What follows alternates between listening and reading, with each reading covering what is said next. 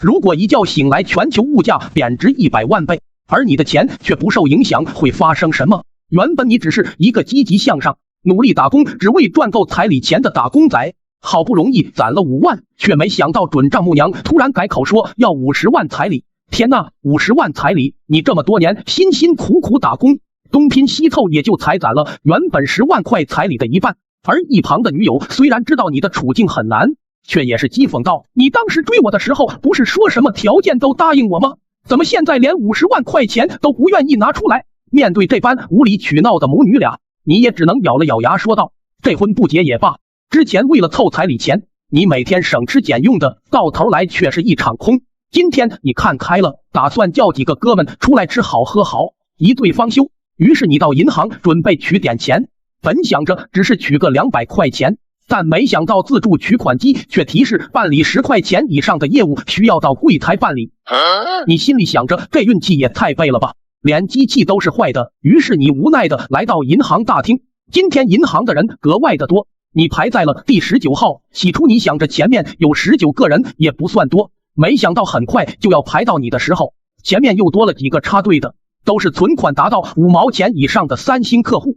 这让你心生感叹，真是有钱能使鬼推磨，没钱寸步难行啊！就在你起身准备离开的时候，一张皱巴巴的5块钱从你的口袋里掉了出来。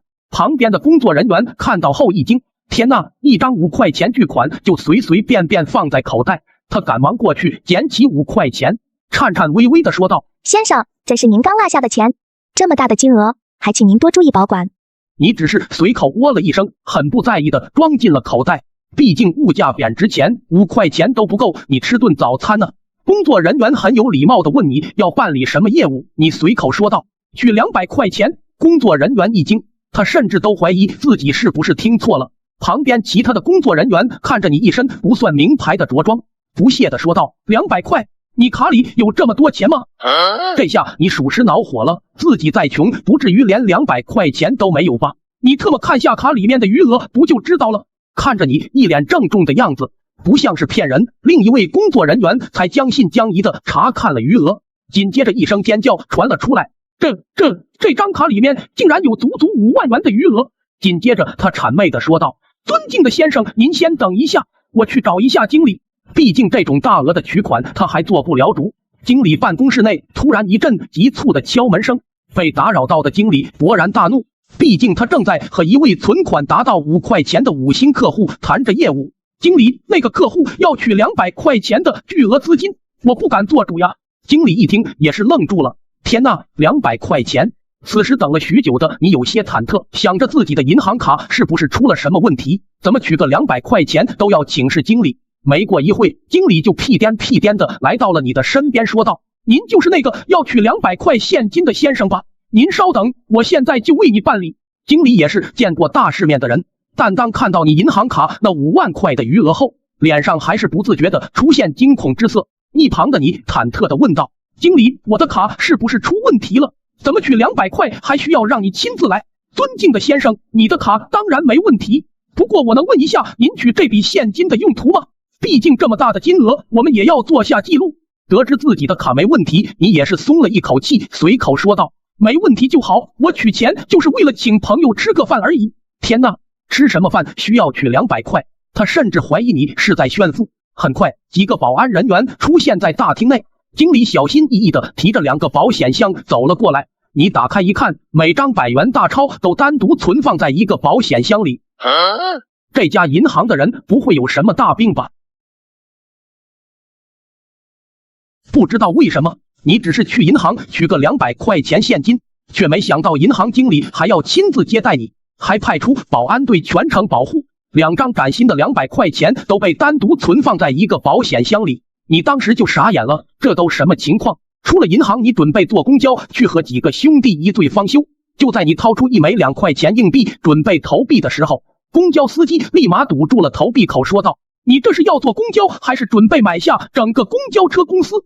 公交车上其他乘客也是鄙夷的说道：我最瞧不起的就是这种暴发户，仗着自己有几个臭钱就成天出来炫富。他们嘴上这么说的，可眼睛却不自觉的直勾勾盯着你手中的那枚2块钱的硬币。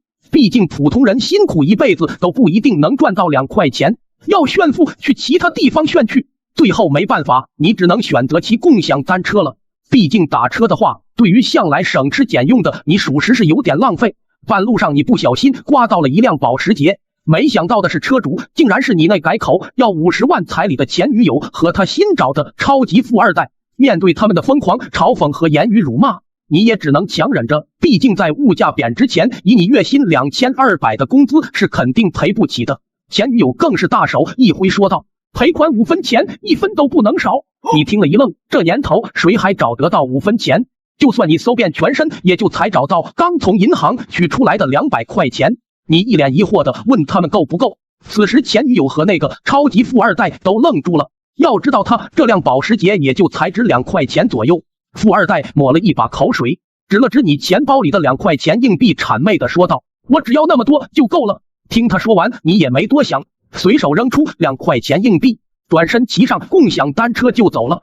毕竟和前女友有关的人，你都不想扯上关系。来到酒店后更是离谱，看着菜单上那些报价，顶级波士顿大龙虾0.1分钱一只，野生大黄鱼0.2分钱一斤，茅台更是0.5分钱一瓶。你以为这是俩兄弟的恶作剧，笑骂着把菜单推给了他俩。他俩接过菜单，一脸郑重的说道：“这菜单没问题呀，茅台一瓶0.5分钱也很正常吧？这里毕竟是全县最好的酒店，比外面贵点也正常。不过你放心，今天这顿我来请你。”你无奈的叹了一口气，自己这两兄弟怎么还和自己演上瘾了？那俩兄弟小声嘀咕道：“这小子估计是被前女友的天价彩礼给吓到了，脑子不太好使了。”为了安慰你，一位兄弟赶忙说道：“我给你推荐一款游戏，这里面不同的职业，同样的超频攻速，地图爆率高，装备资源全手打，装备还能2合1进阶，有自动回收，还能自由交易。”你心里很郁闷，这俩人玩你就算了，现在怎么还光明正大的打起了广告？兄弟，听我的，左下角进游戏，马上获得复活戒指和100倍爆率魂环呢！快吃完饭后，你借口去上厕所，却偷偷跑去结账了。闻着你一身酒气，还略显狼狈的样子，前台也是鄙夷的说道：“一共1000，这属实把你吓到了。”自己也就和朋友喝了几箱啤酒，点了几个小菜而已，看着你明显是掏不出来钱的样子。旁边其他的客人也是嘲讽道：“这年头啊，什么阿猫阿狗都敢来这家酒店消费，全身上下超过1毛钱了吗？”你无奈的叹了一口气说道：“我先给你200现金，剩下的微信转给你。”说着你就将2张皱巴巴的100元放在了柜台上。收银小妹一声尖叫：“天哪，如此耀眼的金属防伪线，加上这等高档的面料，这难道就是传说中的100块钱？”旁边那个刚刚嘲讽你的那个人也是死死的捂住了嘴，生怕你注意到了他来报复。你一脸奇怪的看着收银小妹，200块钱而已，就这心理素质还能当收银员？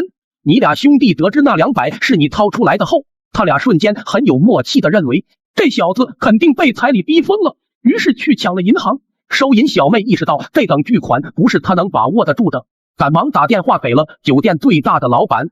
不一会你就被老板请到了贵宾室，看着眼前显得有些拘谨的酒店老板，你忐忑地问道：“老板，结个账而已，不至于让你亲自来吧？”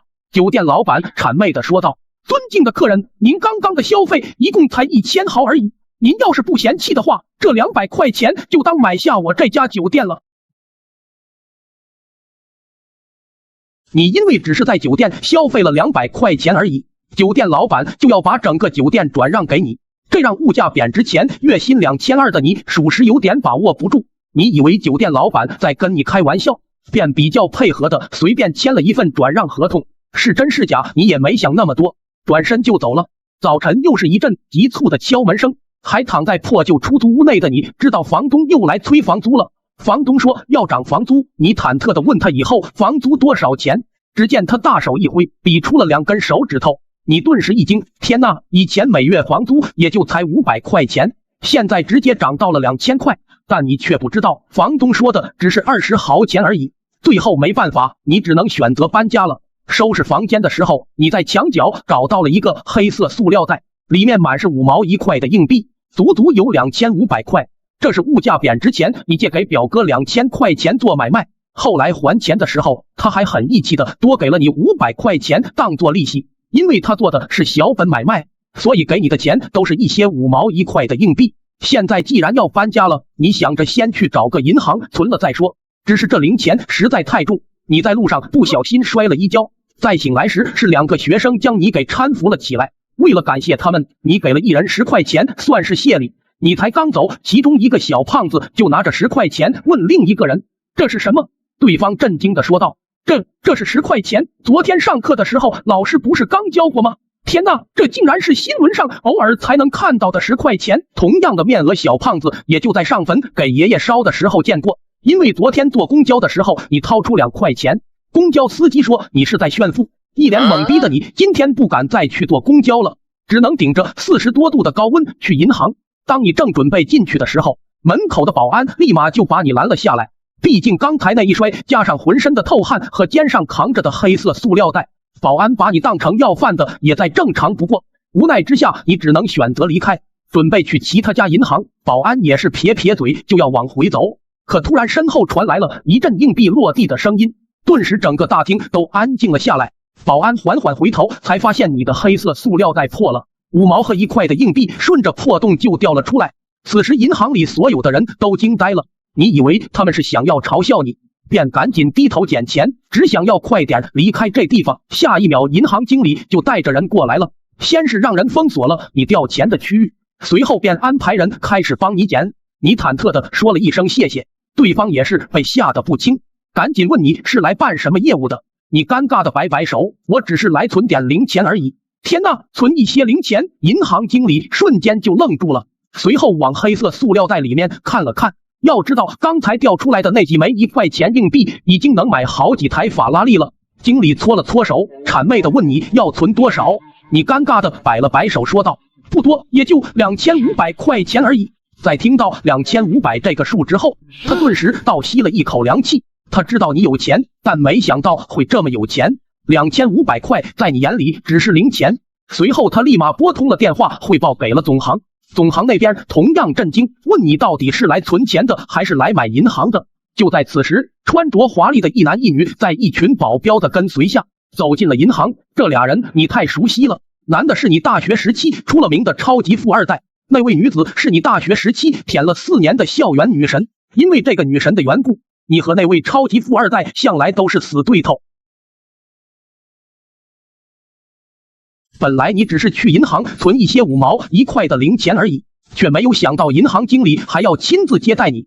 得知你所谓的零钱竟然有足足2500块巨款的时候，银行经理也不禁暗自感叹，你到底是来存钱的还是来买银行的。就在此时，你的2位大学同学也来了银行，一位是你的死对头，他也是超级富二代，另一位是你大学舔了4年的校园女神。那位超级富二代先是不屑地瞥了一眼你，眼神又不自觉地看向你身旁那袋满是5毛1块的硬币，他不禁倒吸了一口凉气，不过很快就强行镇定了下来。毕竟在他的印象里，你只是一个连1毛钱存款都拿不出来的穷逼而已。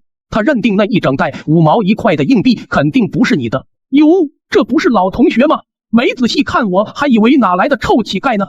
面对富二代的冷嘲热讽，你也只能咬了咬牙。毕竟你因为顶着太阳扛着2500块钱的硬币来到银行，导致你满身透汗，此时显得十分狼狈。一旁的女神走了过来，微微一笑，然后很热情的跟你打了招呼，你马上就舔了上去，像个二傻子一样。看到你和女神聊得这么火热，一旁的超级富二代也是怒从心中起，大手一甩，掏出一张100元大钞说道：“你们银行就是这样对待贵客的吗？一次性存100元巨款都没人接待吗？”超级富二代本以为拿出100元巨款肯定会引起一阵轩然大波，然后银行人员毕恭毕敬的来接待他，但没想到一旁的保安也只是随口喔了一声说道：“您先去排个号，轮到你的时候会叫你的。”富二代一愣，他拿出的可是传说中的100元巨款呢，竟然还要排队。相反看你那边，银行经理毕恭毕敬的把你请进了超级 VIP 贵宾室，给你办理存款。那位富二代怎么也想不通，就你这穷逼还要银行经理亲自接待。办理完存款后，女神也是热情的邀请你参加明天的同学聚会。面对女神的邀请，你也是想都没想就答应了下来。一旁的富二代见你在女神面前出了风头，便冷嘲热讽道：“这同学聚会可是在本市最豪华的酒店，就你这着装，到时候别被人保安当成要饭的。”说完，他不禁大笑起来，仿佛已经看到了你明天出糗的画面了。回到出租屋内，还在发愁明天怎么应对同学聚会的你，在床上刷着短视频，突然你就刷到了那位你舔了4年的校园女神在开直播。此时的直播间人数也有几万人，但是你们班里那位超级富二代一个劲的刷着火箭稳坐榜一大哥，女神也是不停的感谢，这让你越发无奈。特么的，只要有钱，在哪里都可以压你一头，但这毕竟来了女神的直播间，怎么也得捧捧场。说着你就刷了一个10块钱的礼物，无奈的退出了直播间。没想到当天晚上，一则网名叫爷奥奈我和的神秘富豪狂刷10元巨款的话题直冲热搜第一。昨天你只是在班花的直播间刷了10块钱而已，没想到当天晚上，一则网名叫爷奥奈我和的神秘富豪狂刷10元巨款的话题直冲热搜第一。早晨刚睡醒还在犯迷糊的你以为这是系统出问题了，就没管那么多，起床在破旧的冰箱里拿了根雪糕吃了起来。就在此时，房东又来催房租了，你无奈的表示房租太高了，这几天就会搬出去。房东正准备骂你，可看到正在嗦雪糕的你，顿时傻了眼。他十分谄媚的说道：“您都是能吃上雪糕的人，怎么可能差我那点房租？”说完便咽了咽口水，你以为他在阴阳怪气你。俗话说人在屋檐下不得不低头，于是你只能又在冰箱里拿出了一块雪糕给他。在看到雪糕被递到跟前的瞬间，房东傻眼了。要知道眼前这块雪糕的标价是1块钱天价呢，而自己的这套房子也就才值5毛钱左右。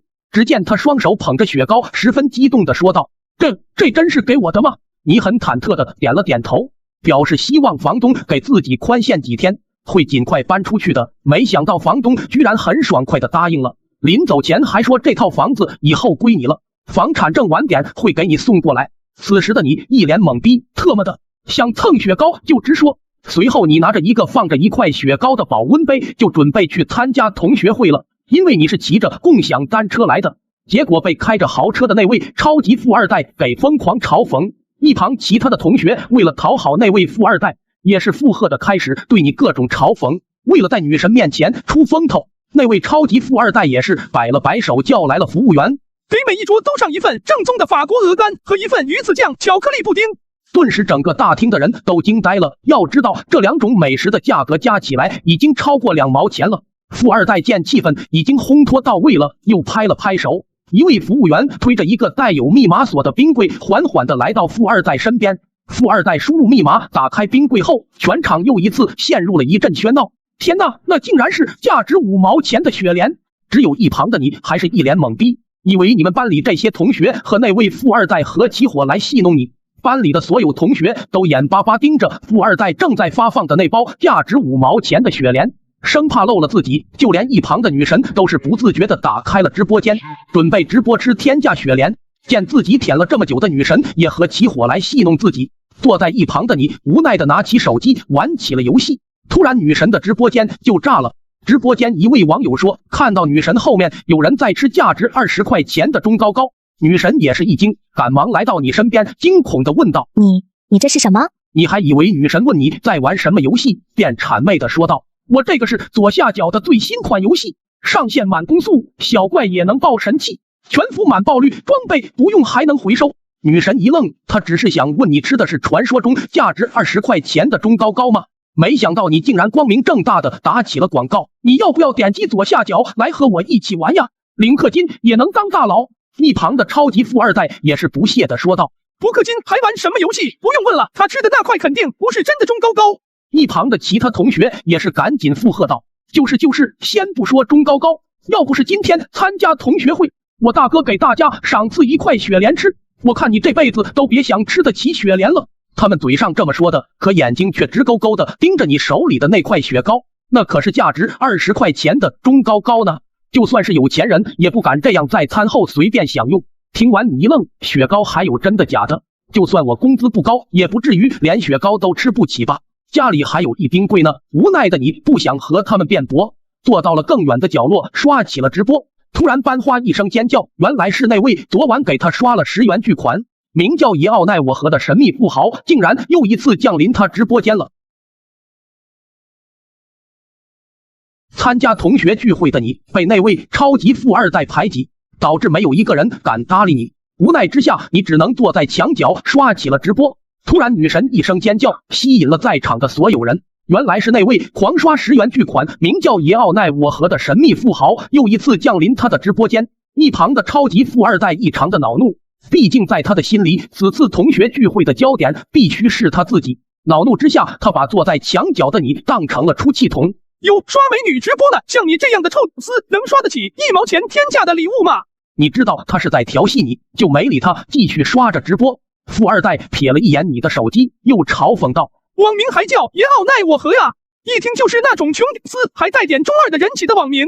女神听到后顿时一声尖叫，什么爷奥奈我河？旁边的其他同学也是一愣，似乎想到了什么。难道他就是那个刷了10元巨款的神秘富豪？那位富二代不由得吸了一口凉气，但是他很快就强装镇定地说道：那个神秘富豪怎么可能是他这样的穷厮？网名一样的多了去了。旁边的其他同学也是赶紧附和道：要不和那个神秘富豪连麦，我们验证一下不就知道了？女神也是点了点头，颤颤巍巍地发起了连麦。果然，坐在角落的你手机突然响了起来，接通后顿时整个大厅的人都愣住了。起初还以为是女神连错了，但当看到你的网名后，所有人都大叫了起来：天哪，那个狂刷10元巨款的神秘富豪居然真的是他！此时一旁的富二代变得更加恼怒，他怎么可能刷得起10块钱的巨款？这手机肯定不是他的。你正要反驳，没想到此时一群警察进来就把你给带走了。这下就更加验证了那位富二代的猜想，那个手机肯定是他在哪不正规渠道弄来的。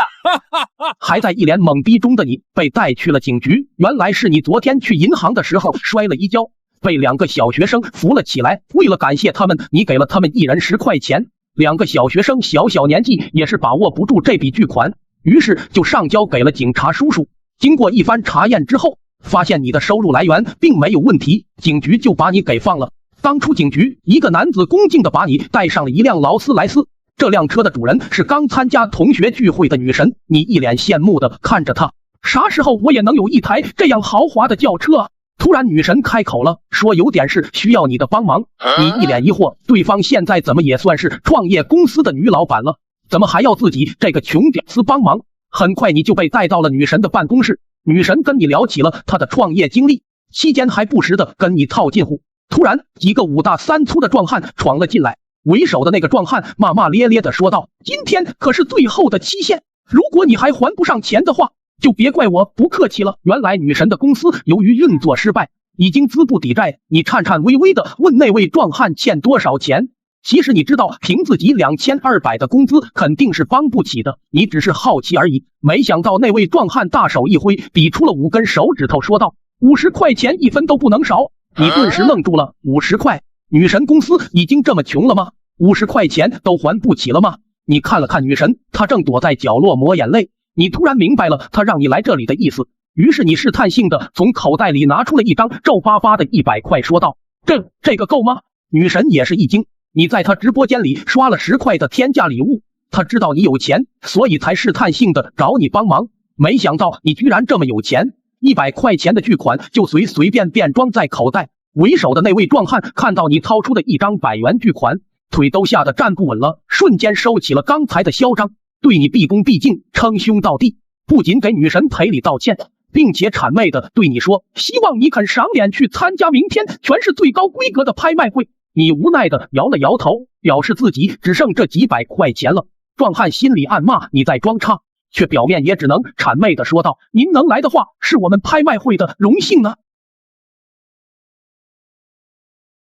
上集说到，女神的公司因为资金运作出了问题，欠下50块钱的天价债务，被一帮5大3粗的壮汉上门讨债。还在一脸懵逼中的你忐忑的拿出一张皱巴巴的100元大钞，问那位讨债的壮汉够不够。没想到那位壮汉竟然被吓得双腿发软，谄媚的说道：够了够了。随后他还邀请你参加明天全市最高规格的拍卖会。一阵风波过后，这位曾经你舔了4年的女神对你满是好感，在酒桌上对你频频敬酒，明里暗里想要拉你入股他的公司。毕竟在他看来，随便就能从口袋里掏出一张100元巨款的你，如果能入股他的公司的话，肯定会有巨大的好处。你心里却暗想，不至于吧，他这公司穷到什么地步了，还要拉我这种全身上下只有几百块钱的人入股？你一脸疑惑地问他需要多少钱能入股？没想到女神搓了搓手，比出了2根手指头，说道：“20块钱，我给你30%的股权，怎么样？”听完你一愣，20块钱就能买30%的股权？你们公司的主营业务不会是在外面摆地摊卖烤肠的吧？见你久久没说话，女神以为要的多了，她又尴尬地比出1根手指头，说道：“那要不10块钱给你30%的股权？”你越听越离谱，以为自己肯定是酒喝多了，便随手在口袋里掏出了一张皱巴巴的20块钱，说道：“我身上的零钱只有这张20了，你拿去吧。”女神先是一愣，天哪，20块钱对于你来说居然只是零钱。不过回想你之前在她直播间随手刷了10元巨款的礼物后，她又有些想通了。女神又是频频给你敬酒，向你示好，随后你就迷迷糊糊被一辆豪华的劳斯莱斯送回了家。当看到你住在破旧的社区时，女神也是心生感叹，没想到你居然还是个如此低调的富豪，这让她对你又多了几分好感。当推开你的房门时，女神更是一声尖叫：“天哪！一只用10块钱巨款折成的纸飞机，就随便挂在房梁上。”你尴尬的笑了笑，说道：“我的动手能力一般，叠得不太好看，让你见笑了。”女神听后一愣，这是动手能力的问题吗？这可是10元巨款呢，要知道10块钱都能买到一架豪华私人飞机了，好吧？此时的他甚至怀疑你在炫富。作为舔狗的你，见女神目不转睛的盯着那只纸飞机，便谄媚的说道：“你要是不嫌弃的话，那就送给你好了。要是在物价贬值前，你拿出一张用10块钱折的纸飞机当做礼物送给女生，对方肯定会一脸嫌弃，然后给你一张好人卡。但是此时女神却格外的激动，她没想到你出手居然这么大方，10元巨款就随随便便送人。”而一旁的你则像看傻子一样看着他。送走女神后，还在发愁明天怎么应对拍卖会的你，突然一阵急促的敲门声。开门后是你那物价贬值前还你2000块又多给你500块钱利息的表哥和他的老婆。表哥尴尬的说：“能不能把之前多给的利息还给他？你知道这肯定是旁边那个向来看不起你的嫂子逼着来要钱的。”你以为他们要的是500块钱，便尴尬的搓了搓手，说道：“能不能过几天给？我现在手里没那么多钱。”嫂子瞥了你一眼，随后她的目光就被你房间墙角的那几枚5毛1块的硬币给吸引了。她第一时间就想到了前几天电视上的一条爆炸新闻，本是有一位神秘彩民买彩票中奖5块钱巨款，难道那个神秘彩民就是他？这是他心里的第一个念头。毕竟月薪0.002元的你，怎么可能有那么多钱？于是他小心翼翼地指了指墙角的几枚5毛1块钱硬币，谄媚地说道：“表弟，你表哥最近的生意也不太好，你看你现在也是有钱人了，能帮衬就多少帮衬一下你表哥吧。”一旁的表哥也是看着墙角那几枚硬币愣愣发呆。你随口说了一句：“想要你们就拿走吧。”毕竟现在的你还在发愁怎么应对明天的拍卖会。一旁的嫂子见你这么大方，也是毫不客气的拿起了一枚5毛钱硬币，发了疯似的蹦跳着离开了你家。此时的你看着墙角的那几枚硬币，陷入了沉思。这特么是没见过钱吗？上集说到，你帮女神的公司还了50块钱的天价欠款后，被邀请参加全市最高规格的拍卖会。本来你是不想去的，毕竟自己只是月薪2200的小小打工仔而已。但是得知女神也会参加今天的拍卖会，作为舔狗的你一狠心，准备去银行把你之前辛辛苦苦攒的2000块钱取出来，去拍卖会凑凑热闹。来到银行，得知你要取2000块钱的现金后，银行的工作人员也是当场愣住了。要知道他平时处理的业务最大的面额也就才10块20块的，很快你的情况就惊动了总行。总行那边的行长很快就亲自跑来接待你，他忐忑地说道：“很抱歉贵客，我们这边暂时没有那么多的现金给您，如果您实在急需的话，今天申请我们最快也只能1个月后给你凑齐这2000块钱的现金。”听完你都懵逼了，现在的银行都这么穷的吗？取个2000块都要申请，还得1个月才能到账。你无奈地说道：“那我今天能取多少现金？”银行行长搓了搓手，尴尬地说道：“取500块现金的话，今天就能取走。”最后没办法，你也只能取了5张红票子，硬着头皮去了拍卖会的现场。由于你是骑着共享单车来的，再加上你那一身邋遢的着装，门口的保安立马就把你拦了下来。知道这是什么地方吗？全是最高规格的拍卖会现场，这里可是身价达到50块钱以上的有钱人才能来的地方。旁边其他所谓的有钱人也是不屑地说道，别说50块钱了，全部身价有1块钱存款吗？你还是哪凉快哪待着去吧。当你正要辩驳时，女神来到了你的身边，对那个保安说道，这位是我的朋友，是我邀请他来的。随即他就掏出一张代表身份的紫金卡。保安一愣，他知道这张紫金卡代表着眼前这位女神的身价已经达到了惊人的100块钱，绝非自己能惹得起的。于是他赶紧恭敬地把你俩请进了大厅。坐在拍卖会现场的你心里多少有些忐忑，在你心里，在场的随便一位的身价动辄就是过百万千万的大富豪，而自己只是月薪2200的小蝼蚁罢了。随后拍卖师拿出了第一件拍品，是一幅古董字画八骏图，起拍价20，台下的一些行家一眼就认出这一定是徐先生的真迹，于是果断出手。30、40、45、47。女神也很想拍下这幅画孝敬自己的父亲，但是她知道自己的全部身家也就只有这张被裱起来的50块钱。一旁的你看着发愣，天哪，第一件拍品的起拍价就足足20万。无奈之下，你只能玩起了游戏。一旁的女神不好意思地拍了拍你，想向你借点钱。你以为她又要问你在玩什么游戏？我这个是左下角的最新款游戏，上线就是满攻速，地图爆率还高，一刀满地光柱。游戏主打福利，每日登录都能0百万灵符，而且游戏内有自动回收和赠送满级 VIP。女神一愣，她只是想跟你借点钱而已，没想到你竟然又一次光明正大的打起了广告。哦，对了，你要不要点左下角来和我一起玩呀？还能领取绝版技能书呢。女神正欲开口借钱，没想到那幅画已经被一个光头佬以55块的天价成交了。女神格外的失落，而一旁的你也猜到了女神要借钱的意思，但是自己怎么也想不通，自己全身上下也就才5张红票子而已。很快到了中场休息的时间，你随意的坐在大厅一个角落，没想到此时一个保洁阿姨走了过来。没错，她正是物价贬值前突然改口要50万天价彩礼的前女友的母亲，连5毛钱彩礼都给不起的穷小子，还敢来这等高端的拍卖会上晃悠。你一脸疑惑的看着他，这不纯粹的颠倒黑白吗？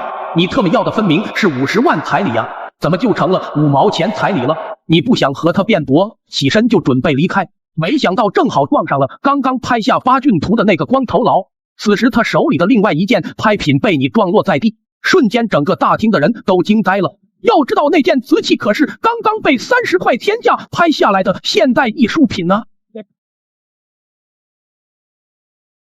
上集你和女神文月心一同参加全市最高规格的拍卖会，拍卖会上女神想拍下一件名叫八骏图的拍品，但是起拍价却达到了20块钱，而她自己的总共资产也就才50几块而已。一旁的你更是被震撼到了，天哪，第一件拍品的起拍价竟然高达20万。最终那件八骏图被一位名叫公孙寒阳的光头佬以52块的天价拍了下来。没想到在休息期间，你不小心撞到了公孙寒阳，他刚刚以30块天价拍下的现代艺术品被你给撞碎了。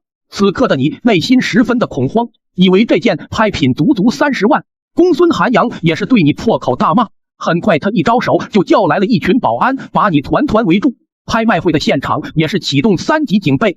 这位名叫公孙寒阳的光头佬来头可不小，他的父亲可是这个拍卖行的副总经理，身价达到了足足1800块钱。女神文月心得知你出了事，也赶紧跑来帮你解围，但是得知你撞碎的那件拍品的价值足足30块钱，他也是心里一沉，小子，你今天要是不把这事给说清楚了，休想完整的离开这。一旁的你更是瑟瑟发抖，毕竟你知道自己的总共存款也就才52000块而已，而你以为眼前的这件拍品的价格是30万。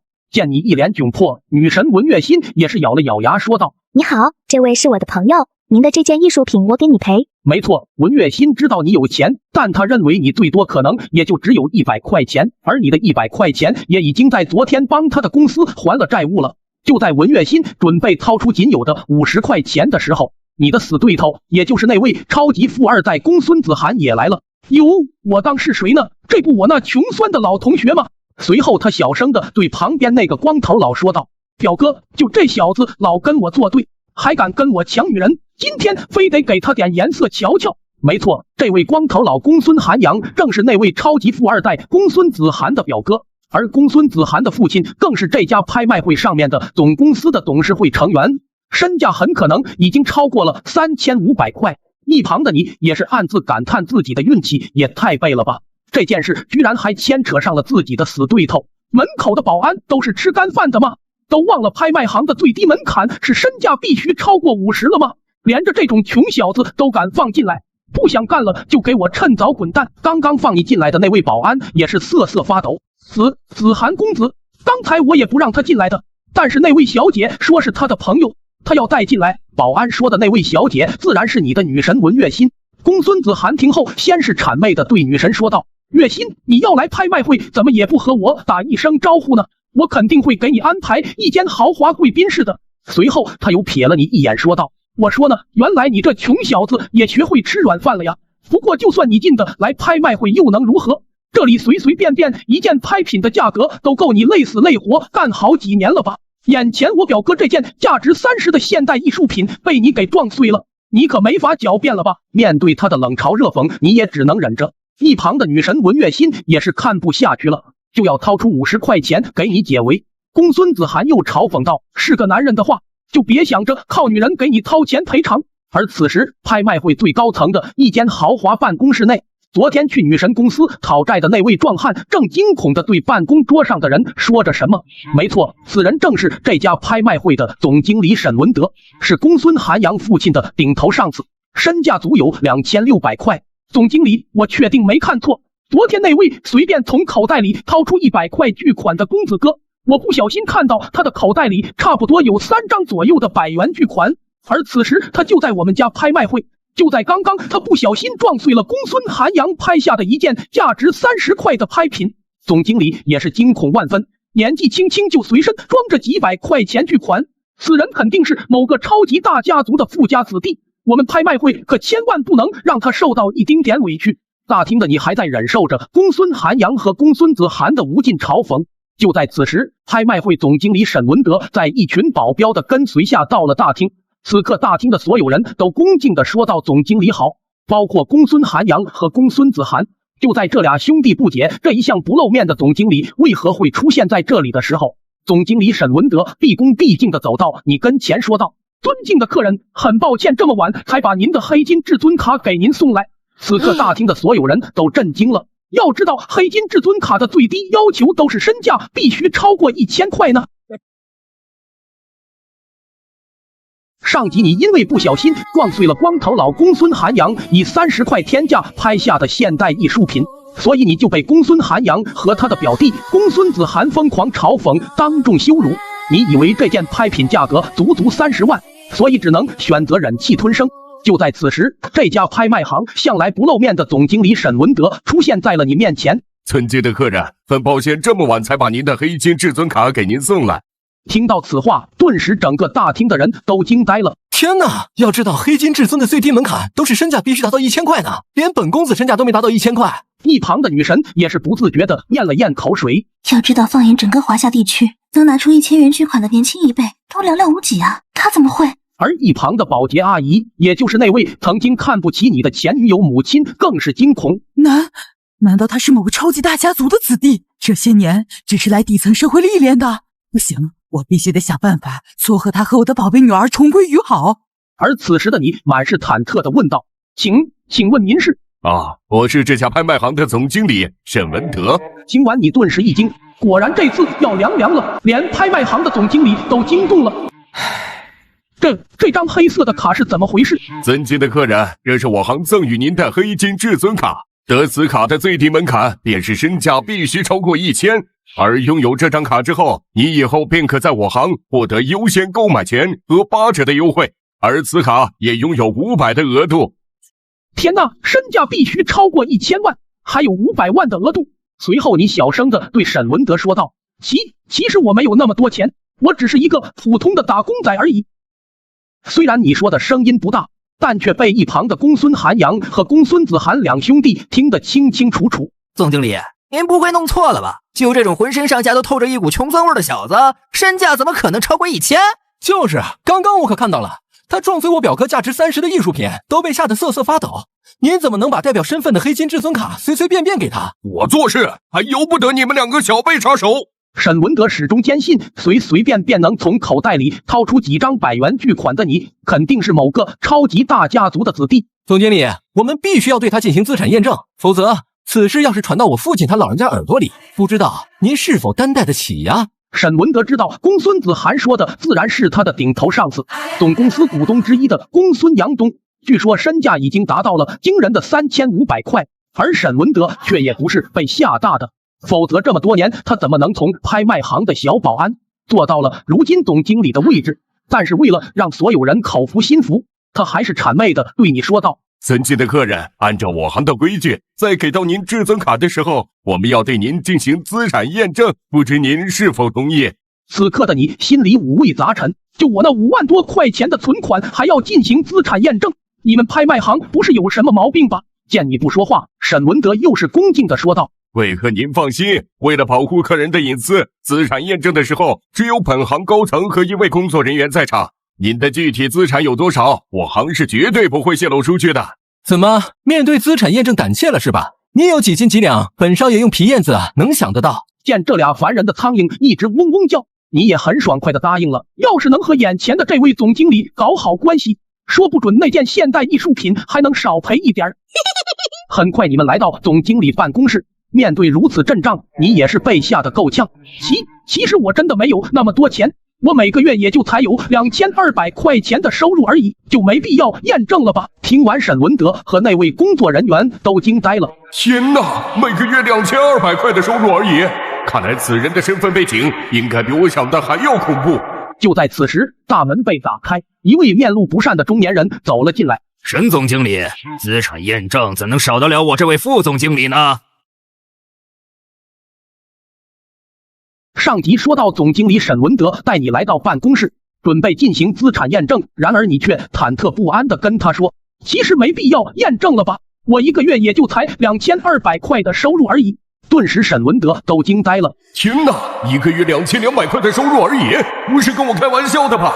要知道我这个总经理的全部身价也就才2600块而已。就在此时，大门被打开，面露不善的公孙阳春走了进来。哼，一个月2200块收入，现在的年轻人真是不知天高地厚，2200块的巨款都敢夸下海口。听完你一愣，2200块收入都算是夸下海口？这特么是有多瞧不起我？一旁的沈文德自然对你深信不疑，他始终认为你是某个大家族的富家子弟来底层社会历练的。沈总经理，我这副总经理能否参与这资产验证呢？今日我就要亲自揭穿这口出狂言的小杂碎的真面目，居然敢说自己每个月有2200块钱的收入。公孙阳春这样说的主要目标自然不是你，而是从自己的儿子和侄儿口中得知，沈文德利用自己职权，随意将身价必须超过1000块的黑金至尊卡赠予了你。哼，沈文德，今日之事我看你怎么收场。验证完之后，就将你这老东西滥用职权之事向总公司汇报。到那时，这总经理的位置可就是我的囊中之物。而一旁的沈文德自然看穿了他的心思，但毕竟人家也是副总经理，面子总要给的。哎呀，您看您说的，资产验证怎么能少得了您这位副总经理呢？而你却听不出公孙阳春口中其他的意思，只听到他居然叫你口出狂言的小杂碎，这特么是有多瞧不起人？对于这种人，你向来是不服软的。总经理，那就开始资产验证吧，我今天就要让有些人瞧瞧我是有多窝囊，才会被人说连2200块的收入都没有。听完，公孙阳春的脸不自觉地阴沉了下来，毕竟他的总共资产也就1800块钱。哼，口出狂言的小杂碎，竟然敢说自己每月有2200块钱的巨款收入。既然你要和我作对，那就连你一起灭了。尊敬的客人，那咱们就开始资产验证吧。我给您讲一下咱们的流程。首先第一步就是验证你身上带有的现金储备有多少。还没等沈文德说完，你尴尬的从口袋里掏出刚从银行取的那5张红票子，说道：今天出门有些着急，没带多少现金，总共也就才500块钱而已。听完，沈文德和公孙阳春都惊呆了，但是很快他们就平静了下来。沈文德自然是因为他从手下那里得知你随身就会带好几张100元巨款，哼，这小杂碎居然真有这么多钱！不过我看你全部身家就这么多了。沈文德擦了擦冷汗，又恭敬地对你说道：“尊敬的客人，您的现金储备验证已通过。接下来我们进行第2步微信余额的资金查验。”听完你一愣，这就通过了？500块而已，有钱人的想法真是猜不透啊！随后你很不解地掏出手机，其实我微信里也没有多少钱，也就有一些零钱而已。沈文德一看，天哪，105块钱在他眼里居然只是零钱而已，看来此人的身份背景果然恐怖。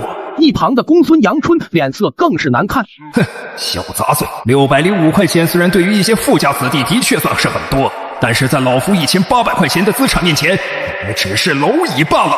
沈文德又擦了擦冷汗。尊敬的客人，您的微信余额资金查验已通过，接下来我们进行第3步银行流水收入验证。一旁的公孙阳春暗自冷笑，哼，小杂碎，接下来我倒要看看你这1个月2200的巨款收入是怎么吹出来的。但是万万没想到，你在手机上点了半天，却显示暂不支持线上查询流水。一旁的公孙阳春终于开口了：“沈总经理，这就是你所谓的黑金至尊会员，刚刚还夸下海口说1月能有2200块钱的收入，现在居然想用如此低级的借口给搪塞过去。”一旁的沈文德也是捏了一把冷汗，他知道今天如果不能证明你有超过1000块钱的资产，那么他将会因为滥用权力被公孙阳春汇报给总公司。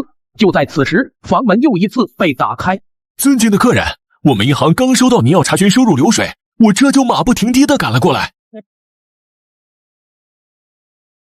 沈总经理，这就是你所谓的黑金至尊会员，刚刚还夸下海口说1月能有2200块钱的收入，现在居然想用如此低级的借口给搪塞过去。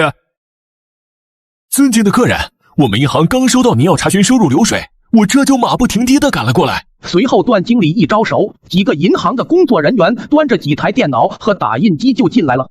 只见电脑盒子上赫然写着 RTX 3090 钛几个大字。段经理，查个小辈的银行流水而已，没必要搞这么大的阵仗吧？还要您这个银行经理亲自来？公孙老哥，你有所不知，眼下我搬来的这些配置都不一定能够顺利打印出这位公子的银行流水。总之，这位公子的现有资产极为可怕。哇塞 ，RTX 3090 钛呢？多少男孩子的梦想啊！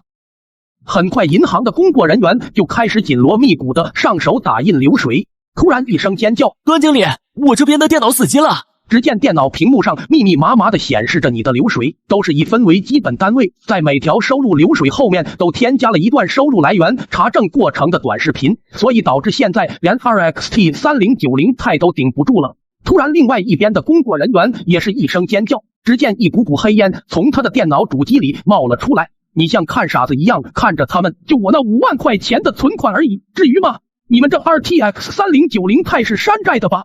看着打印出来的2张收入流水，公孙阳春也是不屑地说道：“哼，收入流水也就才能打印出这2张纸而已。天哪，合计存款居然整整1万元！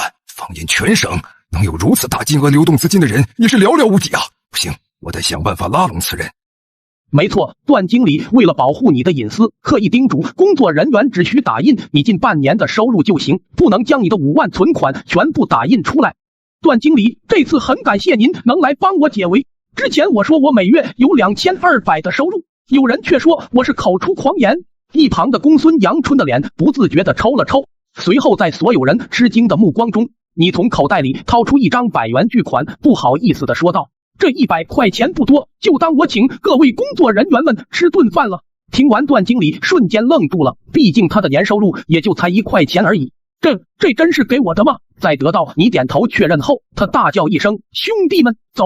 今晚消费通通我买单！”随后在你看傻子一样的眼神中，段经理和几个工作人员发了疯似的朝门外跑去。一旁的公孙阳春想拉拢你，谄媚的说道：“这位公子，那个……”没等他说完，你就打断他说道：“我这个是左下角的女友养成手游，上线就是霸道总裁，邂逅各种美女，培养成为你的专属女友。根据不同类型女友，还会触发不同的恋爱剧情。”随后你就继续玩起了游戏，不想搭理他。其实我有个合作想和您谈一下，不知您……哦，对了，现在点击左下角下载还能领取秘密福利。你快去看看吧，你对公孙阳春一点好印象都没有。特么的，你这老东西，刚刚还羞辱我1个月没有2200块的收入，现在还要贿我这仅有的5万块钱存款，做梦去吧你！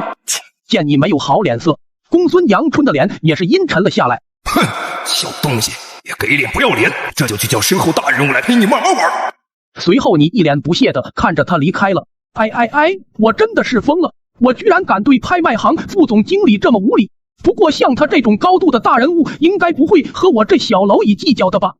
女儿啊，你知道吗？今天我在拍卖行上班的时候看到，拍卖行的沈大总经理居然亲自把身价必须超过1000块的黑金至尊卡给了那小杂碎。你现在得赶紧去想办法把他给追回来。那个沈总经理，不知我不小心撞碎的那件艺术品得赔多少钱呀？哎呀，您就不要这么见外嘛！要是不嫌弃的话，以后叫我沈老哥就行。既然你是我行的黑金至尊会员，这赔款我就给你垫上了。听完你一惊，这么大的惊喜居然落到了自己头上。沈老哥，这是老弟我报答您的，虽然不多，但也是我的一片心意。见你出手如此大方，沈文德也是大手一挥说道：老弟，走，沈老哥今天好好带你搓一顿。就在此时，你的手机响了，是前女友给你打来的。上集说到，拍卖行的资金查验结束后，你认了这位身价高达2800元的拍卖行总经理沈文德成了大哥。老弟，走，老哥带你去好好搓一顿。就在此时，你的电话响了。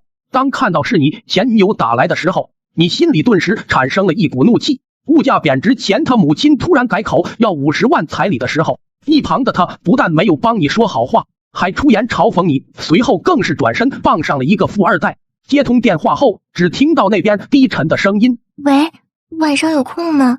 我想见见你，可以吗？还是老地方？随后电话就挂了。听到那边的声音似乎是受了什么委屈，你的心瞬间就软了下来。毕竟也是谈了7年的前女友。沈老哥，我临时有点事，估计今晚就不能陪您了。随后你就急匆匆的回到出租屋内，准备用保温杯给前女友带一根她最爱吃的钟高高给她。就在此时，房东又来了，看到你手里拿着那根价值20元的钟高高，他顿时又愣住了。自从上次他来催房租，你把价值1块钱天价的雪糕给他后，他便认定你肯定很有钱。我之前认为此人的身价应该有50块钱了，没想到他还能吃得起价值20块钱天价的钟高高，看来此人必定是超过100块钱的百元户呢。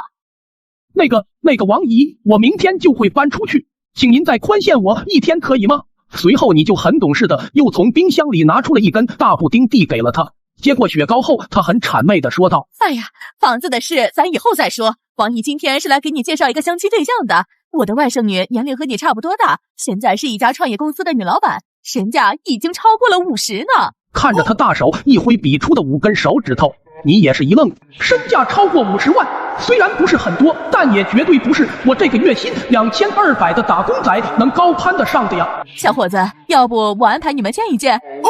哎，见就见吧，谁让人家是我的房东呢？王姨，要不晚点吧，我现在有事要出门了。随后你又从冰箱里拿出了一根大布丁给了他，急匆匆的出了门，只剩下房东阿姨在原地愣发呆。天哪，这么随意就把价值2块钱天价的雪糕送人，难道这2块雪糕在他眼里仅仅只是零食吗？因为比较急，你很奢侈的打了一会出租车。小伙子，这么热的天，你咋还带一个保温杯喝热水呀？你尴尬的挠了挠头说道：我这里面不是热水，只是一根雪糕而已。司机听后也是不屑的说道：这年头的年轻人可真爱吹牛逼。你先是一愣，也懒得跟他计较，丢下10块钱就走了。只见车上的司机激动的拿着10元巨款，说自己终于发财了。女儿啊，待会儿那小子来了，你一定要好好表现，一定要把那小子给拿下，知道吗？妈，你确定你说的是真的？他如果真的有1000块钱身价的话，我和他在一起7年，怎么可能不知道啊？万一是假的，你这不是把你女儿往火坑里推吗？来到包间后，看着前女友眼中的些许泪痕，你心里也是五味杂陈。你找我来有什么事？随后前女友就跟你袒露心声，说想和你和好，他母亲也同意彩礼可以给少一点。面对这种情况，你肯定是很兴奋的，就答应了下来。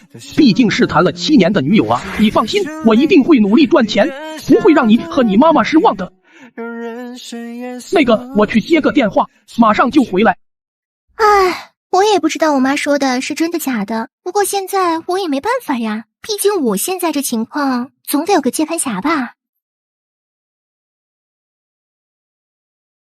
上集说到你来赴约前女友，然后你很兴奋地同意了前女友和好的请求，但是就在你出去接电话返回包间的时候，却听到了惊天大秘。唉，我也不知道我妈说的是真的假的，不过现在我也没办法呀，毕竟我现在这情况，总得有个接盘侠吧。张心燕，这特么就是你跟我和好的理由，以后给老子有多远滚多远。随后你掏出20块钱说道，这20算老子今天吃你几块红烧肉的钱，以后老子不欠你什么了。由于你这边的动静比较大，很快包间门口就围满了人，众人吃惊的看着桌子上你扔的那张20块钱巨款，而前女友此刻肠子都快悔青了。很快一则惊现20块钱天价分手费的话题直冲各平台热搜第一，而你也被网友们称为最豪前男友，更有女网友声称自己如果能被你甩了，也是天大的幸福啊。回到出租屋后的你还在闷闷发呆。喂，老弟啊，今晚有空没？老哥在万豪酒店订了一桌酒席，给你介绍几个朋友认识。虽然你很不理解人家这种高度的人凭啥对自己这般客气，但是既然人家想拉自己一把，你肯定是很欣然的就答应了下来。很快你就骑着你的小电驴前往了全市规模最大最豪华的帝豪酒店。帝豪酒店向来只接待身价超过100块钱巨款的名门贵族。哎，哪来的要饭的？你尴尬的挠了挠头说道，我只是受人邀请来办一些事的。受人邀请办事？我怕你是来通下水道的吧？难道不知道维修人员要走后门进入吗？哎呦，史小姐您来了。这位史小姐名叫史真香，她的家族也是最近成为了本市的5大家族之一，她的身价达到了惊人的105块钱的巨款。上大学时你俩关系还不错。哇塞，史真香，你最近混得可以啊，都开上这么好的车了。旁边的保安冷汗直流，心想着你这小子胆也太肥了吧。要知道这位史小姐最痛恨别人把她的姓和名字连起来一起叫。史小姐，很抱歉，我之前并不知道这位公子是您的朋友，所以就才没让这位公子进去。朋友？我不认识这个要饭的，你们以后少把我和他扯在一起。旁边的保安也是赶忙点头哈腰的把史真香请进酒店。我最后警告你一遍，别他妈叫老娘全名。收到收到。保安也是恭敬的把史小姐请进了酒店，而一旁的你也是愣愣发呆。哎，果然什么狗屁友谊在金钱面前都会变质啊，人家现在是大小姐了，怎么会瞧得上咱这个月薪2200的打工仔呢？老弟啊，你到了没？沈老哥，我还是不进去了吧，这帝豪酒店都是你们这些有钱人来的地方，人保安现在也不让我进去啊，要不改天我再约你。电话那头的沈文德听后也是冷汗直流。老弟，你等下，老哥这就下来接你。帝豪酒店的包厢分为天地玄黄4个等级，而沈文德2600的身价也只能进入地级包间。老弟啊，沈老哥，我这就给你介绍一下，我左手边这位就是杜家的族长杜富国和他的长孙女杜灵月，旁边这位是张家的掌权人张德龙和他的二儿子张响，中间这位是王家的领头人王月生和他的长孙王坤，旁边的这位是文家的族长文腾龙和他的长孙文月东，最右边的这位是史家的领头人史无双和他的二女儿史小姐。此时所有人都是面露不善的看着你，而你却被电视上播放的国内最新福布斯富豪排行榜给震惊住了。上集说到，你被沈文德带到了帝豪酒店，他将本市的5大家族逐一介绍给了你，但是此刻的你却被电视上播放的最新国内福布斯富豪排行榜给震惊住了。天哪，这都什么情况？排名第1的萧望天的确是全国公认最有钱的人呢，但是他的身价怎么可能才50万？沈叔叔，您的下人和我们同桌吃饭，是不是有点不太符合规矩啊？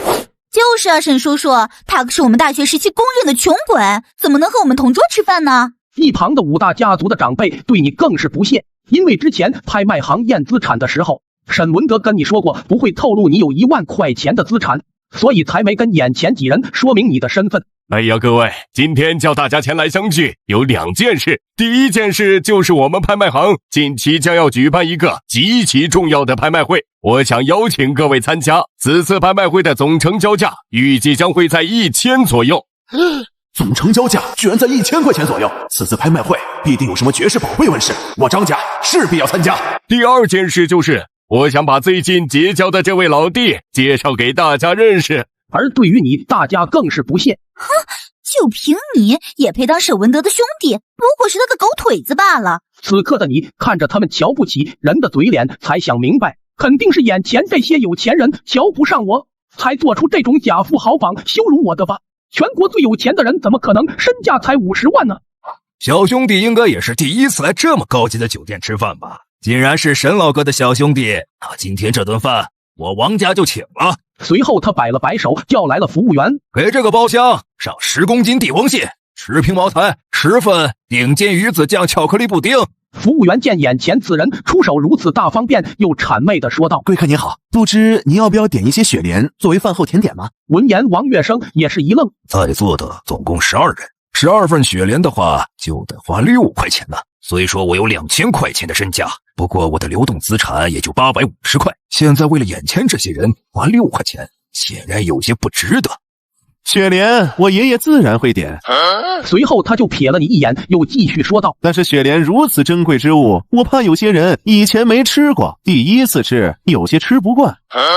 这样吧，给这个包厢上6份雪莲就够了。闻言王月生的脸瞬间拉了下来，他妈的败家玩意儿，一下就花老子3块钱，看我回去怎么收拾你。其他家族年轻一辈听后也是咽了咽口水。虽说我史家有钱，但雪莲如此珍贵之物，也只会在家族极其重要的宴会上出现啊。而一旁的你愣愣发呆，什么叫以前没吃过雪莲，怕第一次吃不惯，这特么不是摆明了瞧不起人吗？虽说我没你们有钱，但我也不能给沈老哥丢了面子。随后你就说道：雪莲也没啥稀奇的，我家里还有一冰箱呢。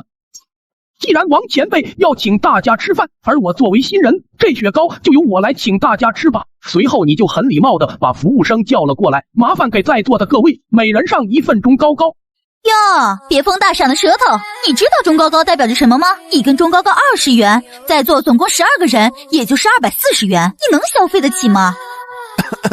不吹牛逼的说，20块钱的中高高，鄙人有幸尝过一次，那口感入口即化，气味香甜，简直让人回味无穷啊！而你穷的小子，还妄言要一次性买下12根中高高。一旁的服务生也是有些鄙夷的看着你，贵客，您确定要点12根中高高吗？我们这边可都是需要现金支付的。一旁的王坤又是出言嘲讽道：今天你靠沈叔叔能来弟子包厢吃顿饭，已经够你吹好几年了，就凭你还想吃天子包厢的标配中高高？此刻所有的嘲笑声都朝你袭来，就连服务生都有些瞧不起你。我知道你们在座各位都很有钱，我和你们不是一个世界的人，但这12根中高高，我今天还真就请定了。看到你拍在桌子上的300块钱，在场的所有人除了沈文德以外都震惊了。就算是我，可随意拿出的流动资金也不过才1200块罢了。此子如此年轻，竟能随随便便都能从口袋掏出3张100元巨款。王坤和史真香打死也不相信那是你自己的钱。黄哥，我敢肯定，这钱肯定不是他的。他们俩都在极力的找借口，想让你下不了台。就在此时，保安不合时宜的冲了进来。各位老板，打扰一下，不知门口那辆电瓶车是咱们这房间的吗？能不能给我钥匙，我帮忙挪一下？你这小保安也不睁大你的狗眼瞧瞧，在座的都是什么身份？谁会骑破电瓶车来？本来你也不想承认的，毕竟自己已经装起来了，但是又想到如果没人认领，自己的小电驴很有可能被随意丢到垃圾堆。就在所有人都不屑的时候，你尴尬的掏出了电瓶车钥匙。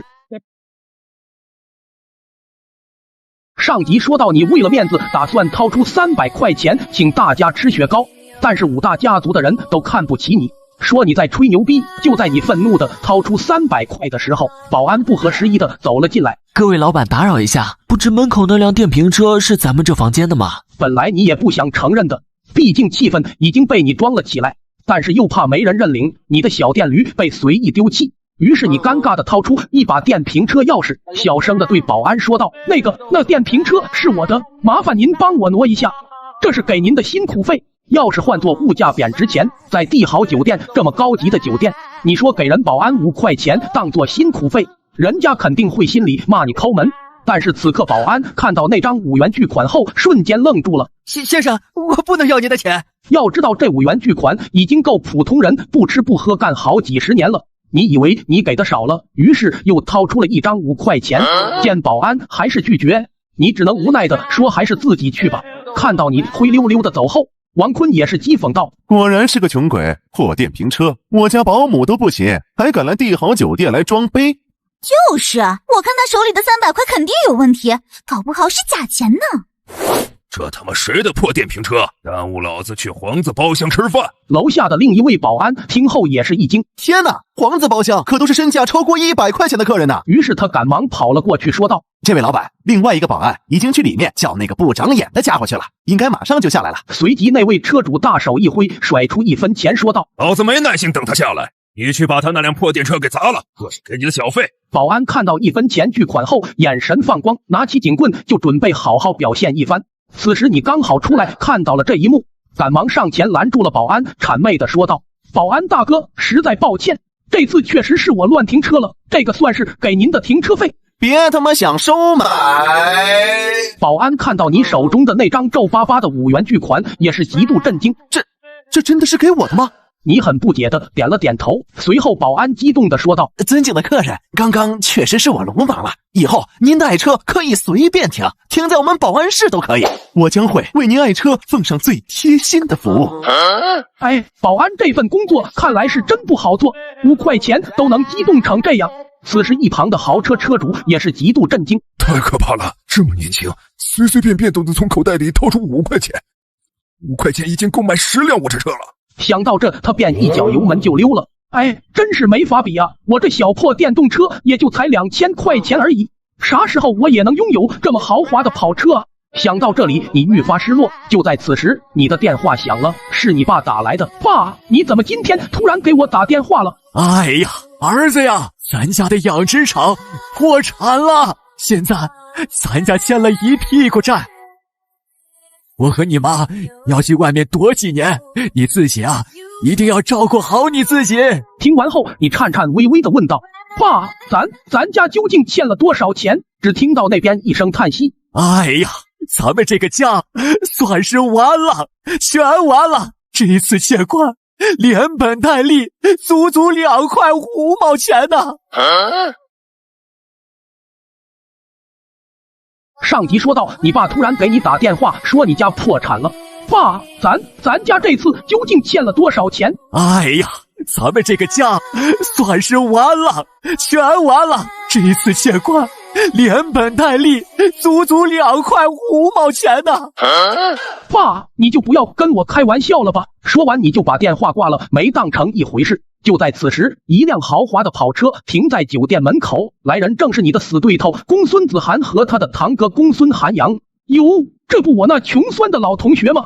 因为拍卖行不允许随意泄露客人的资产信息，所以就算公孙阳春知道你有1万块钱，他也不敢随意和他的儿子说。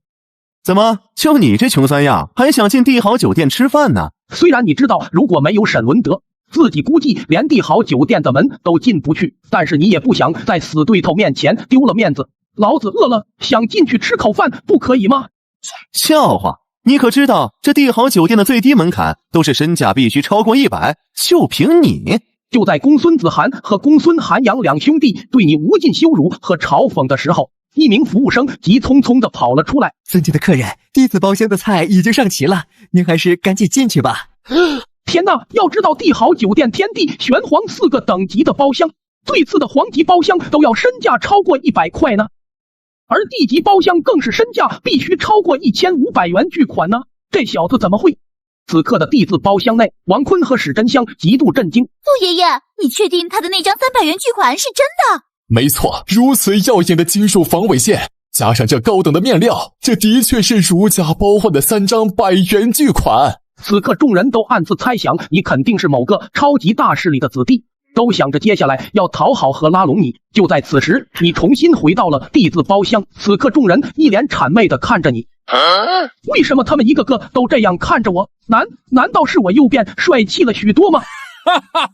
不知小兄弟为何如此高兴啊？反应过来的你心想，总不能自恋的问他们自己是不是又变帅了吧？此时你的家里一片狼藉，你爸妈因为欠下2块5毛钱巨款，已经打包好了行李，准备连夜潜逃出国。另外一边，法院的车队已经朝着你家的方向跑去。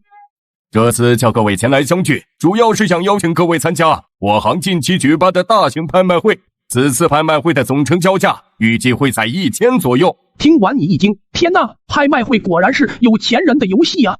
随随便便成交价都要超过1000万呢！见你一脸震惊，杜家族长也是谄媚的说道：“小兄弟，你放心，此次拍卖会，只要是你看上的东西，我杜家绝不会出价和你抢。”你瞧瞧，你说的是人话吗？你以为你不和我抢，就凭我那月薪2200的工资就能买得起吗？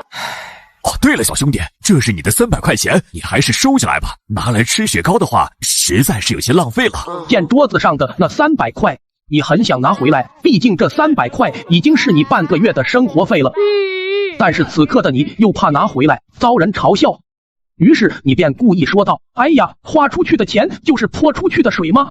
我怎么能收回去呢？您是我的前辈，要是不嫌弃的话，就当是晚辈孝敬您的。”此刻你的心里盘算着，像人家这种高度的大人物，肯定是看不起这区300块钱的，肯定不会要的，到时候我就能装作勉为其难的收回来。但是没想到，杜家的族长颤颤巍巍的拿着300元巨款问道：“这真的是给我的吗？”你一脸疑惑的点了点头。此刻其他家族领头人的内心都翻起了惊涛骇浪。要知道，300块钱已经算是我们家族好几年的净收入了。不行，我一定要想办法与此子交好。随后你就满脸疑惑的接着一位又一位大人物的敬酒。此刻的你似乎已经达到了人生的巅峰，而一旁的史真香和王坤咬牙切齿的看着你。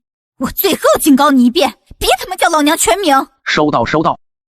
而一旁的史小姐和王坤咬牙切齿的看着你，他们俩始终不相信你会比他们有钱。就在此时，一群法院的人和警察冲了进来，对你说道：“你好，你的父母因破产已经潜逃，我们法院需要你的配合调查和债务清算。”上级说道：“你因为随手将口袋里掏出的3张100元巨款送给了杜家的领头人。”随后你就在一脸懵逼中，接着各个家族领头人物谄媚的敬酒。此刻的你似乎已经达到了人生的巅峰。就在此时，法院的人和警察冲了进来，一脸严肃的对你说道：“你好，你的父母因破产已经潜逃，我们法院需要你的配合调查和债务清算。”听完你一愣，老爹之前不是开玩笑说家里欠了2块5毛钱吗？难道是我听错了？一旁的王坤和史真香听到你家破产了，竟不自觉的大笑了起来。哟，这就破产了？看来你们家也不怎么样呀。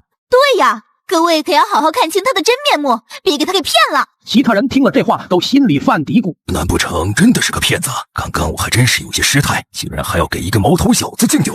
此刻的你真的慌了。那个，我能问一下我父母究竟欠了多少钱吗？你的父母欠款金额为2块5毛钱，加上滞纳金总共3块钱。听完，旁边的扫地阿姨都惊呆了。天哪，如此年轻就要背负3元的巨债，哎，这个孩子算是完了。一旁包括沈文德在内的人都愣住了。他家竟然因为2块5毛钱就破产了，看来之前他掏出的那张300元，说不定是从哪儿不正规矩道得来的。是啊，随随便便从口袋里掏出3张100元巨款的人，家族不应该会被2块5毛钱压垮。一旁的沈文德绞尽脑汁也想不明白，我这老弟如此年轻，资产就有1万块钱，他的家族应该会更为恐怖才对啊，怎么会被2块5毛钱搞破产？而你看了看破产清算单，又看了看法院的人和警察，似乎明白了什么。我知道你们所有的人都看不起我，我和你们不是一个世界的人，但是也没必要请俩演员来戏弄我吧。哼，家里穷就家里穷，谁有功夫陪你演戏？我看你现在也没钱赔偿了吧。小兄弟啊，这是你刚刚给我的300块钱，你还是先拿去应急吧。听着众人的嘲讽，你顿时怒从心中起。没错，我是没钱，是很穷，我全身上下也就只剩下这些零钱了。我知道我不配和你们在同一个包厢吃饭。众人看着你一股脑倒在桌子上的一堆5毛1块的硬币都惊呆了，竟然把这么多1块钱巨款随便放在口袋里，而且在他眼里竟然只是零钱。我说呢，我这老弟的背景怎么会差？看来这法院的人和警察应该是我这老弟请来的群演罢了。然后我这老弟在无情的装逼。没错，你以为这是他们请来的群演戏弄你的，而沈文德则以为是你请来的群演装逼的。随后沈文德就很配合的说道：法官先生，桌子上那些硬币您随便拿走3枚就行了。法院的人小心翼翼的取走3枚硬币，紧接着就给你开了一张结算完成的证明。沈文德顿时一愣，我这老弟可以啊，演戏还演全套的，还要开个证明才行。出于责任，那名警察还是忍不住提醒了你一句：随身携带这么多钱可是非常危险的，以后出门千万要注意。这群众演员还挺敬业，演的还挺像这么一回事，要不是只要3块钱，我都差点以为我家真的破产了。等法院的人和警察离开后，你看着地上掉落的几枚硬币，你很想弯腰捡起来，毕竟你今天出门已经花太多了，身上就剩下桌子和地上这几枚硬币了。就在你犹豫之际，一旁的王坤和史真香看穿了你的心思，便又阴阳怪气道：想捡就捡起来嘛，没人笑话你的。一旁的其他领头人也是暗自思忖，9块钱对于普通人来说的确算是巨款，但也不至于如此在乎啊。看来2块5毛钱把他家搞破产这事假不了，此人的身份还是有些问题的。此刻众人都对你的身份和之前掏出的那3张100元巨款产生了怀疑。就在此时，你的手机突然响了。您的年度利息195元已到账，请注意查收。上集说到，你因为考虑要不要捡地上的9块钱硬币，被地字包厢里的所有人看不起。虽说9块钱对于普通人来说已经算是巨款了，但是在座的领头人哪一个不是身价超过1000元的富豪，都不会对9块钱如此在乎啊。看来此人的身份的确是有些问题的。就在此时，你的手机突然响了。您的年度利息195元已到账，请注意查收。此刻包厢陷入了死一般的寂静，紧接着就是满脸的震惊。上一秒他们还在怀疑你的身份，下一秒就被啪啪打脸了。此刻所有的人都陷入了沉思，纷纷猜测你到底是何方神圣。而一旁的你满脸羞红，特么的，这银行咋回事？怎么连100多块钱的利息都要播报？虽然这只是我其中一张存条的利息，但是就算是我的全部存款，在眼前这些大佬面前也不值一提啊！真是特么的丢人，丢到家了。随即你小声的对沈文德说道：沈老哥，我家里突然有点事，我得回去一趟。随即你就一溜烟跑了。哎，幸亏跑得快，不然就我那100多块钱的利息，肯定又要受他们的嘲笑。而此刻的包厢内，众人见你一溜烟跑了，都有点不明所以。我知道了，刚刚的那个提示音肯定是那小子设置的语音包。现在啊，很多穷屌丝就喜欢设置这种到账多少钱的语音包，无非就是用来装逼的。而且一年有195块巨款的收入，说出来谁信啊？肯定是假的，要不他怎么会跑得比兔子还快？落荒而逃的你骑着破电瓶车，打算钻回自己的破出租屋，没想到半路突然窜出一个老头，你吓得赶忙刹车，就差那么一点点就撞上了。就在你劫后余生叹了口气的时候，那老头瞬间戏精附身，扑通一声摔倒在地。哎呦喂，哎呦喂，快来人呐，撞人啦！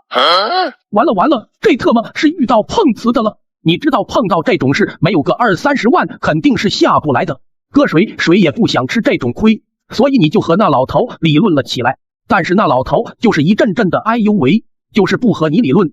眼看围观的人越来越多，竟然还有人拍起了短视频。震惊！某20岁年轻男子骑车撞倒一名老人，不愿赔偿，试图逃脱责任。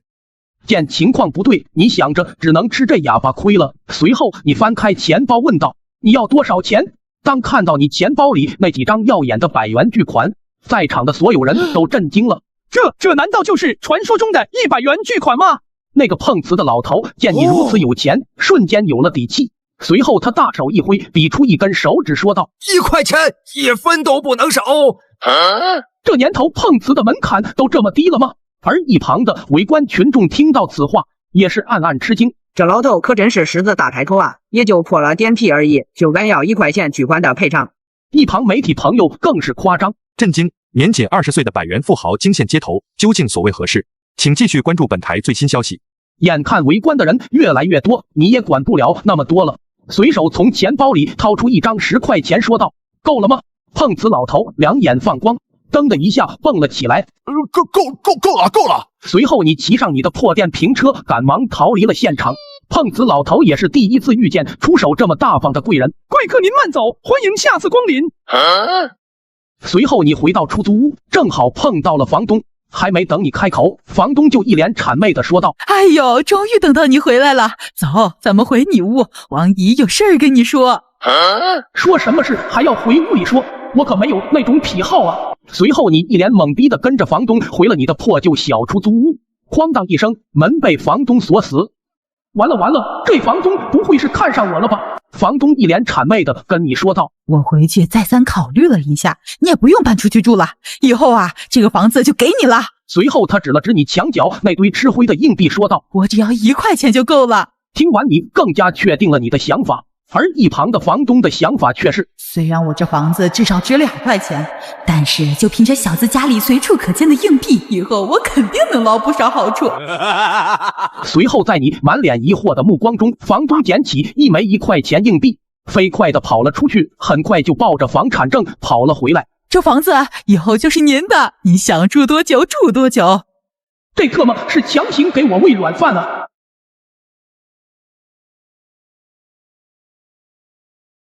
上集说到，你一脸懵逼的被房东带回出租屋，房东只拿走了你1块钱，就把房产证给了你。这房子以后就是您的，您想住多久住多久。这房东不会是看上我了吧？1块钱居然就把房子送给了我，这特么不是纯粹的强行喂软饭吃吗？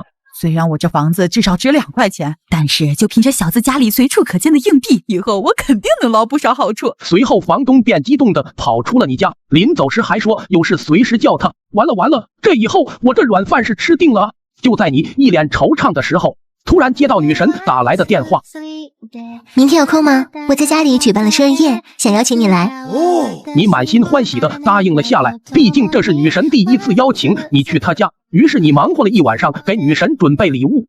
第二天，你照着女神给的地址，满心期待的来到了女神家门口后，你顿时震惊了，没想到女神家居然是这么豪华的别墅。门口的警卫队见你一身邋遢的着装，加上你那破电瓶车，不出意外的将你给拦了下来。都快住手！这位是我的朋友。随后，你从女神口中得知，她是5大家族之一的文家的掌上明珠。宴会期间，你被安排到了与一群富二代同桌，其中就包括你的死对头公孙子涵。因为他昨天从帝豪酒店的保安口中得知你是被沈文德带进酒店的，所以他便更加瞧不起你。整个宴会期间，他们的聊天内容你一句都插不进去。我老爸呀，最近刚拿下了与汤臣二品合作，那活实在是太忙了，我都不想干了。天哪，听说只要是与汤臣二品的任何一个合作项目，都至少能赚个70-80块钱呢。不是说那个兰博基尼毒药全球限量10辆很难买到吗？我怎么轻而易举就买了1辆？不过我跟你们说啊，那车开起来是真他妈带劲。子涵公子还真是有钱，这车先不说能不能买得到，要知道一台兰博基尼毒药至少要花60块钱巨款啊。而一旁的你却一句话也搭不进去，毕竟他们说的这些离你这个月薪2200的打工仔太远了，所以你只能无奈的玩起了手机。随后各个富家公子哥就都献上了自己的礼物，什么娇兰、黄金、钻石口红、珍贵名画4骏图、梦中婚礼水晶鞋，反正都是一些你没听过的奇珍异宝，在你眼里价格都无比昂贵。眼看气氛烘托的差不多了，公孙子涵拍了拍手，管家缓缓的推着一个保险柜走了进来。当众打开后，公孙子涵一脸绅士的对女神文月心说道：当所有散落的珍珠被连在一起的时候，你才会知道每一颗珍珠都包含着我无尽的深情，只有你才配得上这代表深情的海洋之心。闻言众人都惊呆了。天哪，这居然是价值20块钱的海洋之心，子涵公子好大的手笔呀！哇，这难道是在表白吗？价值20块钱的礼物用来表白，真的好浪漫啊！随后众人都将目光看向了你。哎呀，散了吧，都散了吧，他无论拿出什么样的礼物，都肯定比不上子涵公子的海洋之心的。的确，上次女神去你家的时候，你把用10块钱折成的纸飞机送给了女神，女神十分的高兴，你还以为女神喜欢这些手工折纸的礼物，而且像你这种平时爱坐公交的人，自然不会缺零钱。所以就在大多数人都不屑的时候，你尴尬的拿出了一个塑料瓶子，里面装满了用5毛1块折成的小星星。上集说到，在女神生日宴上，你的死对头公孙子涵送出了价值20元天价的海洋之心，瞬间震惊全场。随后众人不屑地看向了你。哎呀，散了吧，都散了吧。他无论拿出什么样的礼物，都肯定比不上子涵公子的海洋之心的。于是，在所有人鄙夷的目光中，你尴尬地掏出了一个塑料瓶子。月心，这是我亲手给你折的小星星，希望你喜欢。众人听闻更是不屑，甚至还有嘲笑声传来。不过很快就有人惊呼道：“他那些小星星居然是用5毛1块钱折起来的！”听到此话，你以为他是在嘲笑你，所以内心就变得更加羞愧。自己用5毛1块钱折成的小星星，在这些富家公子面前的确有些寒酸啊。一旁其他的人细细打量了你手中的塑料瓶后，瞬间被震惊住了。他那瓶子虽然看起来寒酸，但里面的5毛1块钱加起来至少有200元巨款呢。要知道，我家里也只有我爷爷才拥有如此多的流动资金呢。哇哦，这个人看起来相貌平平，还有点土，但是这出手一阔绰，就显得是那么的英俊呢。接下来的宴会期间，各个富家子弟对你频频敬酒，明里暗里想拉你入股他们公司。唯独一旁被你抢了风头的公孙子涵满脸怒气。这位公子，不知道您是否愿意出资2块钱入股我们公司？这尼玛，你们公司是有多穷，2块钱都收？过了一会你就想通了。这些人肯定是想在女神面前出风头，故意出言羞辱我的吧？毕竟这是女神的生日宴，所以你忍住没发怒，只是随手掏出3张红票子。我身上的现金就这么多了，你们爱咋地咋地吧。随后你转身走出大厅，来到了天台。为了面子又损失了300块钱，那些富家公子或许不会在乎，但对于我来说，那可是半个月的生活费呢。而此刻的大厅内，几个小家族的富家公子为了那3张100元巨款，竟然大打出手，就连一旁你的死对头公孙子涵都忍不住想出手去抢。同一时刻，文氏集团内，董事长文腾龙唉声叹气：“爷爷，我们集团最近连续亏损，现在资金十分紧张。银行那边因为集团1600元的欠款没还上，所以也不给我们放贷款。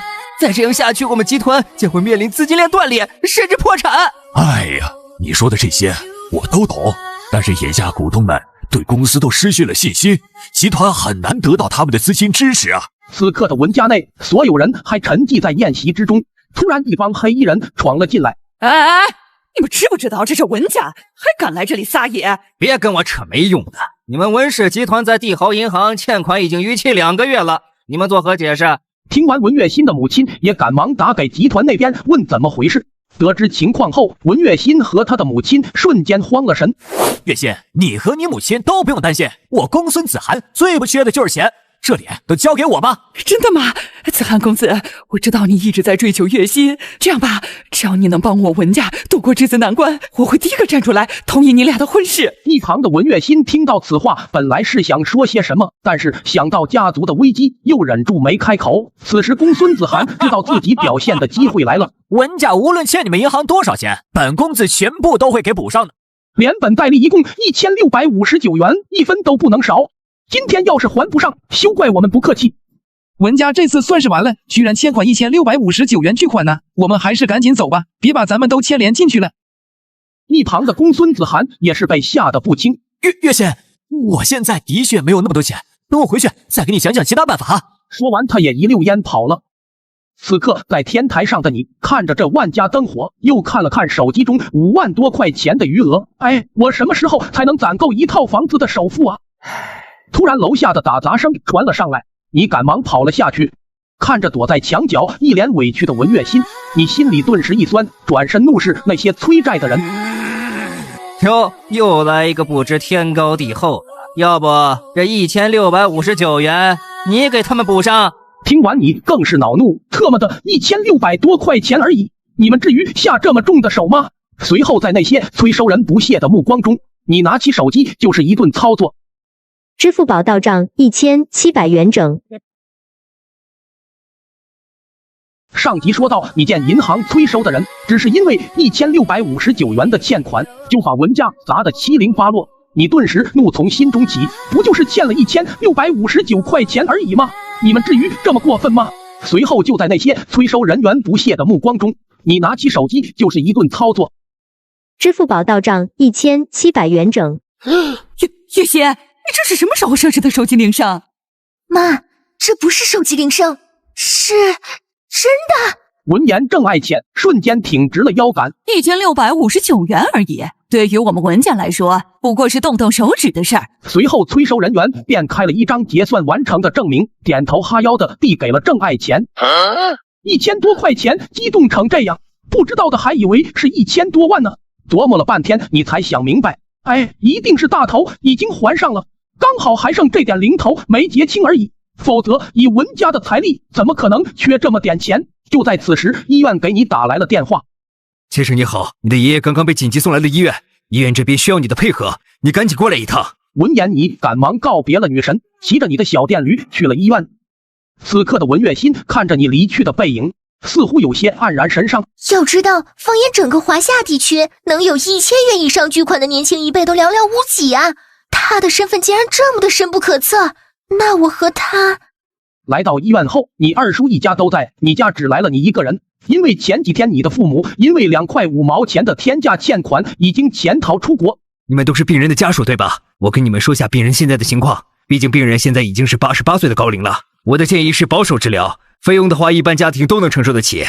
医生，难道就没有其他更好的办法了吗？目前最好的办法就是请由全球知名的手术专家进行会诊，手术的成功率会高一些，但是费用的话至少得需要这么多，一般家庭很难承受得起。闻言，众人都是一惊。天哪，请专家治疗的话，竟然需要2块钱的天价手术费，而你还以为他说的是要200万的手术费。你们病人家属尽快商量一下，要保守治疗还是请全球专家会诊。此刻的二叔一家愣愣的站着，没一人说话。毕竟少花钱就能做保守治疗，没人愿意掏这2块钱巨款去请专家治疗。就在此时，二叔家18岁的熊孩子哭着闹着要玩你手机里的游戏，你一脸恼怒的把手机递给了他。手机里面有真山海经，开局送30颗血弹，必出猪刚烈，异兽进阶全靠吞噬。你拿一边玩去。一旁的堂姐也是不屑的说道。真是一点眼色都没有，都这时候了，还有功夫打广告。你没有理他，又说道，你们点左下角进去下载，还能自动进我的专服，异兽能无限吞噬，一会就能进阶200级。随后你就一脸恼怒的说道，我打广告也只是为了努力赚钱，给爷爷凑手术费，而你们呢，怎么没见你们一人吭声？不会是都不想掏手术费吧？哎呀，你看你这孩子怎么说话呢？我们也没说不给老爷子交手术费，只不过我感觉吧，老爷子年龄也这么大了，保守治疗就够了。人家这医院的医生本来就可以做，也没必要浪费钱请专家来。保守治疗你们知道意味着什么吗？你们不想掏钱就说不想掏钱，别把话说的这么冠冕堂皇。我现在就告诉你们了，我的爷爷必须请最好的专家来治疗。哼，小年纪口气倒是不小，先别说请专家要花多少钱，以你家现在的情况，要是能掏出1毛钱，我就跟你姓。听到此话，你越发恼怒。没错，我们家的条件向来比不上你们家，你们家出门有好车开，而我们家出门只能拿这些硬币坐公交。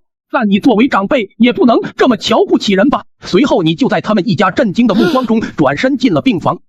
病房的爷爷听到子女的对话，也是黯然落泪。过了一会，你走进了病房，爷爷握着你的手说道，孩子呀，不用在爷爷身上浪费那么多钱，我这病啊，我自己心里明白，什么专家来了都没用，你还是把钱留着娶媳妇儿用吧。看着爷爷消瘦的脸庞，你暗自下了决心，爷爷你放心，无论怎样我都会想办法给你请来最好的医生。请患者家属来交一下押金。爷爷，我先去看一下。来到收费窗口，你一脸谄媚的问道，请问需要交多少押金？只见收费人员全程只顾着打游戏，也没理你。你有些恼怒的又问道，请问8号病床需要交多少钱押金？